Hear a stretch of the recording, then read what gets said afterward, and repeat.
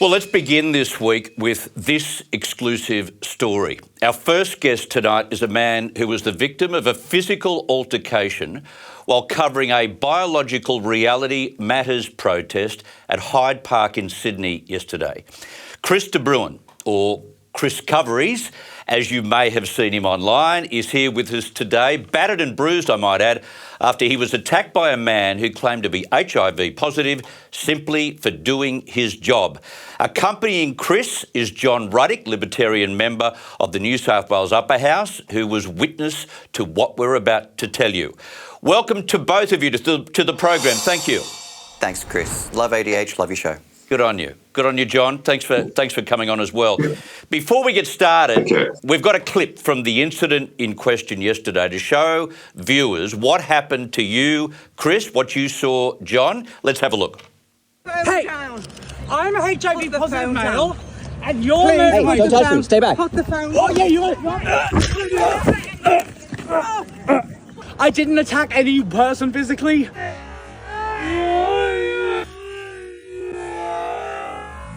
But I was the first one to kick the signs. You didn't kick the signs, you kicked me on the ground. I cowered like this on the ground. This is not defensible. You can take out of context whatever you want. The first thing I did, when you shoved a phone into my mum's face. Okay, Chris de Bruyn, how did all of this unfold? You were there as part of this particular rally, this gathering in Sydney, and you were filming in a public spot, weren't you? Public, Hyde Park, biological realities matter. I mean, this is 30 to 40 people, not a huge protest. I thought it would be just another simple thing that I do, which is cover protests, film them, and that's it. I saw John was there, no worries. Next thing I heard, yelling, shouting, and the man you see there grabbing signs and throwing them around. First thing I do, it's my job, pull my phone out, pull my camera out, start capturing what happens. And you saw what happened next, which I'm still recovering from. What happened to you physically? We saw some of it. My neck, my knees, my elbow, which still isn't right. It throws you around. The adrenaline afterwards, it's not always a pleasant thing. It's an awful thing. You feel absolutely drained at the end of it. The impact of physical violence lasts far beyond the bruises that I have on my body or the broken kits and gear that I have. It reverberates through you for days. Did you go to a hospital or see a doctor? Yeah, I did. And I had to make a report because here's the thing with this when it comes to the police. Unless you take medical reports with this, they don't take it seriously. And that's what ended up happening with the police when I ended up going to the police station, of how hard it was to get the police to take it seriously. Made multiple 000 phone calls, which weren't responded to. This was a serious protest along the lines of Posey Park, which the police chose not to attend to. They weren't there. They just completely abandoned it. In one of the most policed cities and most CCTV'd cities, no one responded. 45 minutes. Just absolutely ridiculous. Tell me about 45 minutes. Did you clearly state to them that someone had been assaulted and it was you? 100%. Multiple calls were made from the park to police, which they didn't respond to. And I finally did get to the police station. The first person who did come out was more interested in the difficult fact that I was recording. And when he turned his body worn off, he told me twice, you need to turn it off, and it is an instruction. It's horrifying the level of two-tier justice that happens when all of these phone calls make to them and they don't respond to it, but a couple of mean tweets online and look what happens next. So this is... Explain to me what you mean by two-tier justice.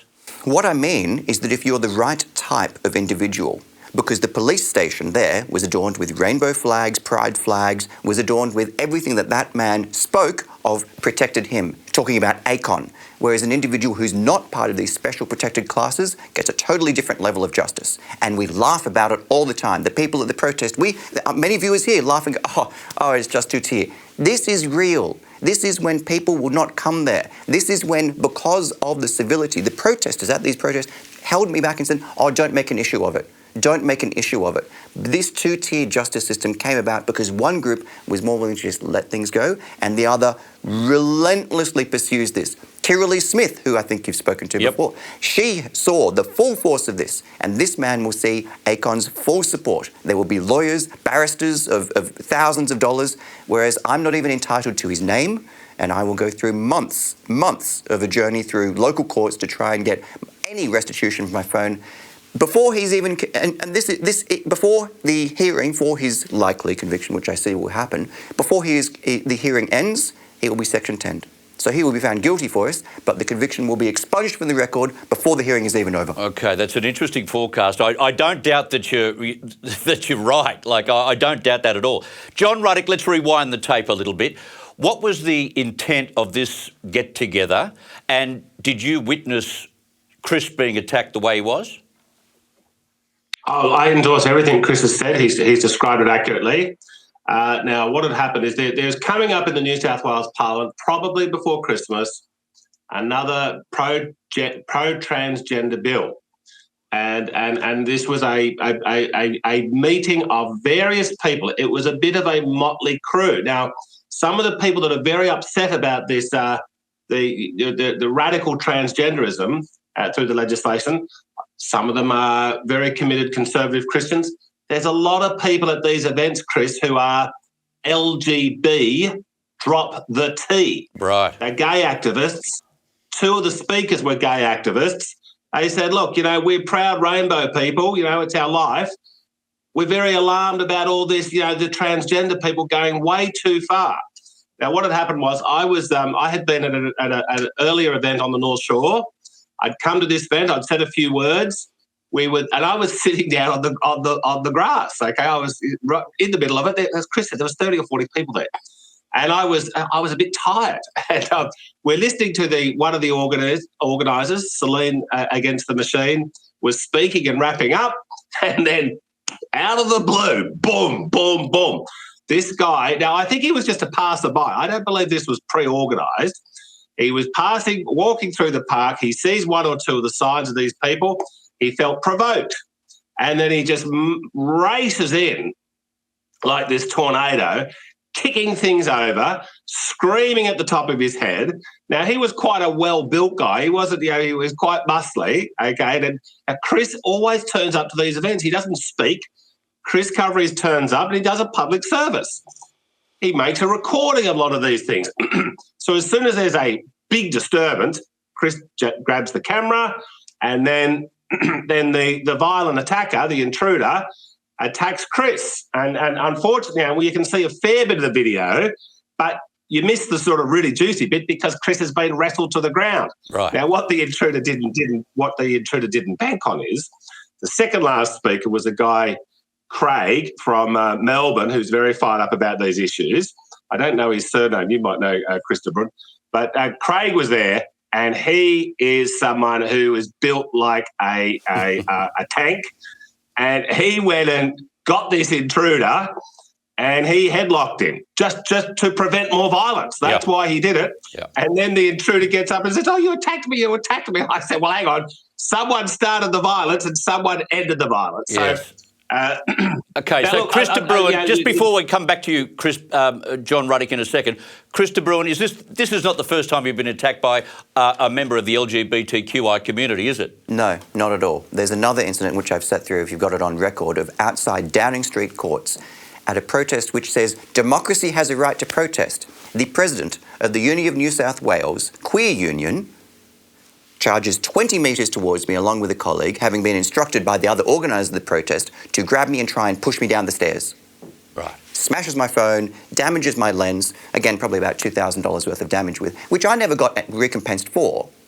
But this same president, not a few months earlier, had written a long, heartfelt post that he felt fear going into a different gender bathroom because someone had looked at him. He was fearful of his safety and violence. Yet here he is, months later, charging at me.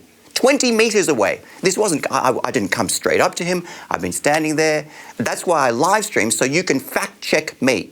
You've got 2 hours of often quite boring content of me just trying to record what's happening and what have you. And he's trying to push me down the stairs. Okay, so you've had other incidents like this. What about the reaction online since the weekend? Have you been praised for what you were doing, or have you been hit upon by haters? The support from an MP like John has been wonderful. I've been hurt at two different Mark Latham protests. I've been hurt at other political protests like it, and I've been injured. And for John to offer a witness statement like it, he's quite unique. But it's not all been praise and support. Some people have supported. Some of the protesters at this rally actually tried to physically stop me from pursuing the people who attacked me. He said, oh, no, it's not worth it, and called for calm. And the response online has been even worse and more negative. What I want to try and get across, if you've got those comments that I tried to send through to you, is that for the activists that support the people that are pushing these bills through, there is no limit. There is no civility. There is no calm for them. Even when faced with violence to this degree or worse, they will call for more. He deserved it. They will spew endless verbal bait and diarrhea. They want you dead and will laugh about it. This is not a small issue like negative gearing or percentage of taxes, which, that can be moved around. Budgets we can talk about. These issues we're talking about for these activists who are getting their way for your children want you dead. Yeah. John Ruddick, it's interesting, isn't it, that Chris would be hated as much as he was. No doubt this is not just a hand-picked group of people on Facebook. This is from the group that tries to stand up for trans entitlements and trans ideology. They're the ones who would hate Chris the most, aren't they? Look, I would say there's obviously a thriving gay and lesbian community in Sydney. And I would say 95% of them lead unremarkable lives. They are not activists. They just sort of their sexuality is not what defines them. They've got lives and families and whatever. But there is a percentage of these really militant activists who just have to get their way. Now, this person could have come along yesterday at this protest, and it was a public meeting. He could have come along and he could have heckled us, and that would have been acceptable. Yeah. He could have gone along there and said, I think you're all wrong because of blah, blah, blah. He could have exercised his right to free speech. But we are talking about, brazen violence. And it is very disappointing to hear that the police, that Chris, I believe everything Chris is saying here, that there is a two-tiered level of justice. And I'll tell you what also, Chris put that video up on X last night, I think at about 7 o'clock in the evening. Last time I looked, it's approaching 250,000 views, and that's just on X. So I don't know what it's doing on the other platforms. Well, what about Facebook? Chris Bruyne, were you taken off Facebook? It's a misleading video, Chris. It's misleading. It needs to be removed. So Facebook has kept us all safe, probably with the help of the lovely e-safety commissioner. A misleading video. How is it a misleading video? Oh, let's not ask questions. The commissioner knows best what people should see, and Facebook knows best. Wow. It's better. There you go, John Ruddick. He might have got some follows and some posts or reposts on X, but Facebook has taken it off. Well, let's say, Chris, it was exactly the same situation, but the mirror reverse. Let's say there was a gathering there of radical trans activists and a Christian fundamentalist just happens to be walking past, and the Christian fundamentalist runs in and starts kicking over things and screaming abuse and other things and being violent. And there was video of it. It would be the front page story on the Sydney Morning Herald and everywhere else saying, we've got to crack down on these violent Christians. Now, thank you to ADH and Chris Smith for taking an interest in this. Clearly the public's interested in it because it's gone viral on social media. But no. Our friends at the Sydney Morning Herald and the ABC, not interested in discussing this, don't want to amplify this in any way. Well, the public needs to know that there is I think we can say there is a very small but dangerous element out there. And they've got to learn that in a democracy with free speech, you're allowed to have your say, but violence is definitely a step too far. And that's what the legal system is for. Let's hope justice has its way here. Yeah. I'm doubtful it will. There's some lessons in all of this about how aggressive these supporters of trans entitlements are. There are lessons in a lack of police responsibility too, and there are also lessons in terms of what Facebook deem to be unacceptable. It is just awful in 3 different ways.